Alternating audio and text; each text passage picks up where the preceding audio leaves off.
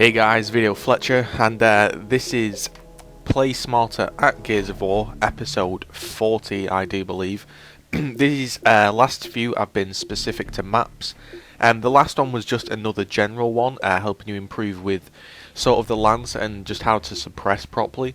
So if you want to see that, there'll be a link in the description, and there will also be a link to my backup channel, which you should subscribe to, as alternate gameplays will be posted onto there, as well as all the information about the series, such as where to submit gameplay and how to get involved, and a little bit more about the series. So this one is on the map Anvil, on the map Anvil, and it's Warzone, I do believe. I think Warzone gets voted, or is it Execution? Execution gets voted. So again, I'm not a fan of the whole Execution Warzone people been put together, but you know, whatever, you just deal with it. So I'm playing ranked, and again, this is just going to be a very simple tutorial. Well, not tutorial, more of a talking point of just how to sort of play this map. But also, there's a big point with Mr. Onyx MooMooMilk. Okay, I've spoken to him on his channel, and well, he basically admitted to doing it, but he said people like it. So you're gonna see what he does, and you can be the judge as if this is impressive. Okay, so we're playing Anvil, 17 seconds. You notice there's a torque bow on one side and nades on the other. Not very equal in power, although the nades are really good. But to be honest, this map was very simple. You win the power weapon, or the only other option is to go into nades if you can't win the power weapons. If you're consistently losing the power weapons, drop back into nades and just try set up a cross so the boomers get downed. Or whoever's rushing you gets down. So you notice it's always a smoke wall. One guy usually goes around this block. Didn't really happen at the start, it started to happen now. So you want to watch this block again. Blue Power Ranger's pushed up. He's not in our party, but seems to remember playing with him a few times. So again there, like I showed in the last episode, I don't particularly know where he is, but I'm just going to lead that Lancer as to where I think he's running. I down that guy, again kill him. I should have probably taken a meat shield, again. Dumb move. If you watch that back, if I'd have taken the meat shield and then hit that second shot, when I missed that second shot and he then had right inside advantage and I was stuck in the cover, should have dropped back into my team and took the torque bow. But in the heat of the moment, sometimes you do things a little bit dumb, and you just got to learn from him. One thing in Gears of War 3 is that you've really started to learn is it's a very patient game. You pick and choose your engagements, and that's what you see these people racking up the higher scores do. If the engagement doesn't favour them, then they simply drop back and work into a position that will favour them. Now, Onyx MooMooMilk, you notice, is now playing. Okay, he's been at spawn. Now, a quick talking point, because all this map is trying to throw smokes in and be the aggressor. The aggressor is really favoured on this map. But Onyx MooMooMilk, okay, this is what he did for the whole game, okay? So he waits till the vast majority of people are dead.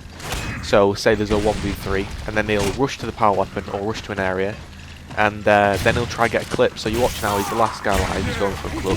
There's a clutch of him on YouTube where he gets a 1v5, which I thought was good. And then I played him in ranked, and I found out this is how he gets the clutches.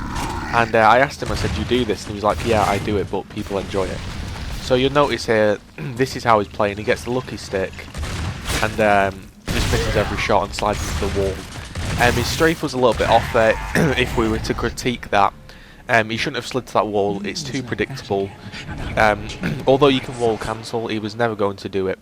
And with this, sort of in Gears 1, people died because you couldn't pull off the wall in Gears of War 1 once you'd chosen to go to cover, and that was it. So that's why people that were really good at wall bouncing were very good, because they weren't predictable. But in this, you can just wait and watch him slide to the wall and blow him up. So again, this time I smoke off that side to close off the push that's coming down the right hand side, and flank him and catch the boom shot off surprise. I've got the kill. Now this, again, talk about picking and choosing your engagements, is where I should have picked up this boomer earlier. After I'd bodied him, probably should have just grabbed it instantly whilst everyone was around me. Instead I left it late, and I got lanced down. But I did know in the back of my mind that my team were around me, and I'd still rather take the boom shot and die with it and waste a bullet than let them have it, because it's a massive weapon. But you're going to see a point here where I hear him and I predict where he's going to be, so I presume he's going to be running around there, and he is, and I fire it, and I now think no, he's definitely not going to run back round. Check again, I think no, and then I hear him coming down low again, and bang. So the important thing is just to know patterns. A lot of people will go down that back corridor and try and clutch around that central pillar. I predicted that and fired the boomer in there, and it put him full red. He knew if he stayed there, the shotgun was going to kill him, or my boom was, or my second boom would have gone in there and killed him. So I just decided not to go for it. Waited for the sound whoring, and because it's so easy in this game to sound whore, and very simply just killed him as he came down. So you notice this is a different round. They've got nades. Yeah, they've got nades, and it's completely different. We've been allowed to push up a lot more, and they've tried a flank maneuver. Okay, so I should have hit that shot. I hit that shot, hit one there, and the nades come in, and I need to get out there and jump into the fire. So that was really poor by me. Again, learn from these mistakes. We should never have given up that torque bow, though. We were dilly-dallying around thinking, where are they? We were thinking they were going to spring a surprise move, when in fact they simply flanked around and took the torque bow, which we should have already grabbed and got out of there and set up. And once you've got that power weapon, there's no need to sit in that area. You want to move around, keep moving. And I thought this was Nash armor on the floor, and it just disappeared. But again, watch this. I think, yeah, the reason I backed off there was because I thought he was going to mantle kick him. So I body this guy, and unlucky for me there. The way people ask me to strafe and shotgun is, if we watch that back, that's pretty much sums up how I'll get in a lot of situations. So first guy, I predict what he's going to do. I think I'm going to get one shot off on him, back off because he's going to try mantle kick. I've now got the advantage pretty much because I've dropped back to the right hand side, so I'll just peek round and hip fire him.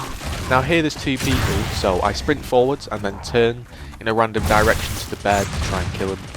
Quite a lot of the times that will work, and I'll body him, and then I can again spin round and go and kill the last guy. But you know, when you're a one-man down because this guy's doing this, it was very frustrating, really frustrating, like, because we were trying to win this, you know.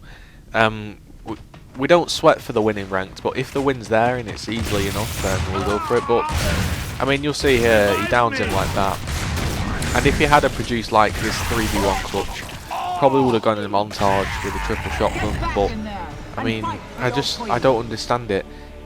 Like, I could understand trying to get a clip like that if that's really what you want, but I mean, the point of playing a game is to enjoy it. I mean, waiting until everybody's dead and then trying to clutch it. Most of the time they'll have power weapons, which you'll see in this, I think it's this round, and it just doesn't work. So he'd be getting himself frustrated that he's not clutching it. And I said, what are you doing? He said he was on his laptop, so he denied it. But anyway, let's get back into the game.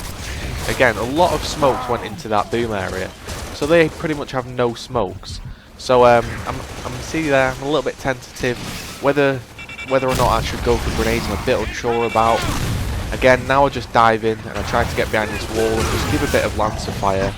And you notice here I glitched inside a wall there, so I couldn't lancer fire, and I got killed. But this is a very good example of how Academy is played. Artillery, sorry. It's very much, you throw smokes in, you try and get a flank, because the grenades take too long to get back over.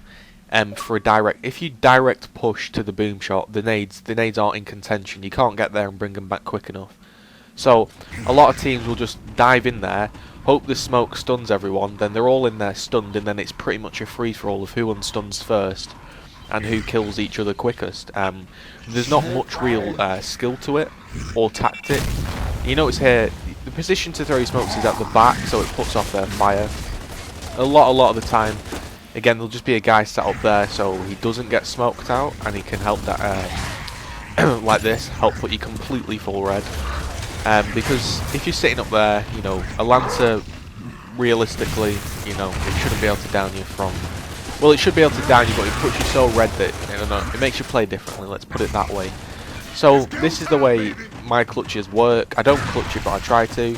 Again, random run, turn, body him.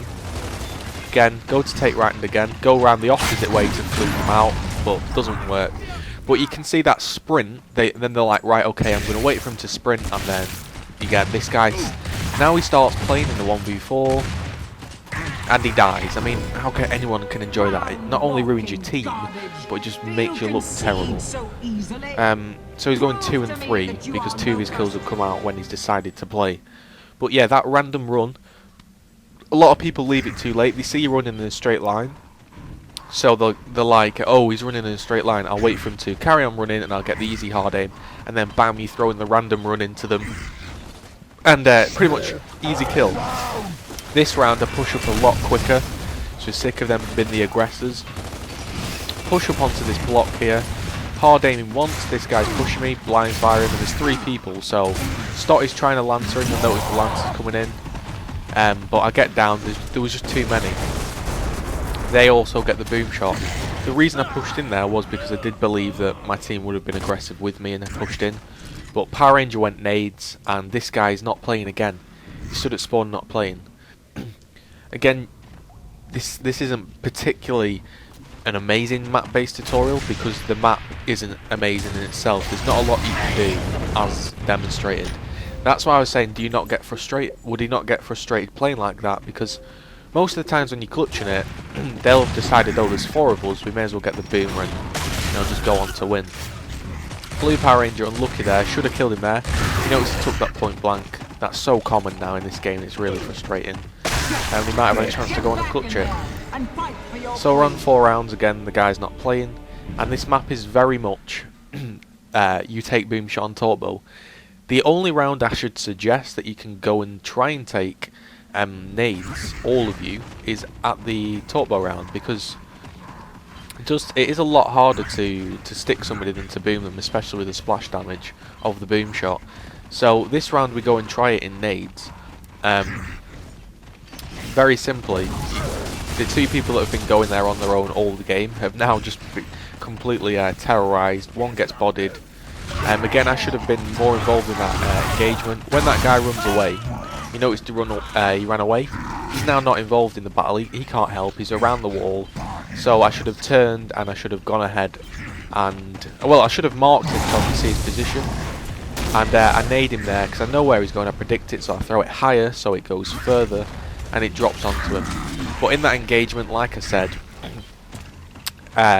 just spot him so you know the kind of the trajectory of where he's going.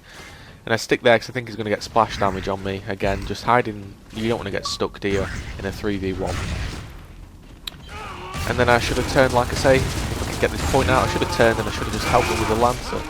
So I wasn't close enough for a shotgun, but the Lancer, if you hit them in the head, it's so powerful, it really would have helped. But that was an example of a nade round, and the reason that worked was because the 2 people that had been going nades and having pretty much a free party down at nades were then just stopped. They dropped by 2 lives and the team kind of panicked and they weren't sure what to do. Because, again, this side here, it's quite, how can I explain it? It's very advantageous to sit there because of the boom shot. It's also because there's no man up rule. You can be quite passive in grenades and just get a constant stream of grenades going, and eventually you'll pick somebody off because it's so powerful. Again, there's not much to talk about. All it is you smoke in. Our team weren't getting into the boom shot fast enough, I don't believe. People were sitting back, but when they throw 5 smokes, that you know they're going in for the boom shot no matter what. So you've just got to dive in there with them. And you notice I've been taking 1, maybe 2 each time. So if all our teammates were taking 1 or 2 each time, we might have had a chance. But again, now he comes back when he's 2v1. I mean, what is a 2v1 in execution even impressive for a video? I don't particularly think it is. So again, there you notice he didn't try the random run. He stopped and turned, so it was too slow and he was predictable. And he got killed. Final score, I went positive. Power Ranger went positive. Punked went positive. Control Stott, he didn't go positive, but he was lancering and he was playing a different role and he was getting pissed off at MooMooMilk, who did nothing that game. That was episode 40. With final tutorial will be up after this video, which will be Escalation, which will be a short one, as a lot of people know how to play Escalation. So hopefully you enjoyed that. Continue to like this series. It really does help. These take quite a few hours to post, so me talking now is increasing my upload time, so I'm going to end it there. Check the links in the description. Hopefully you enjoyed it, and drop a like and a comment. Thanks.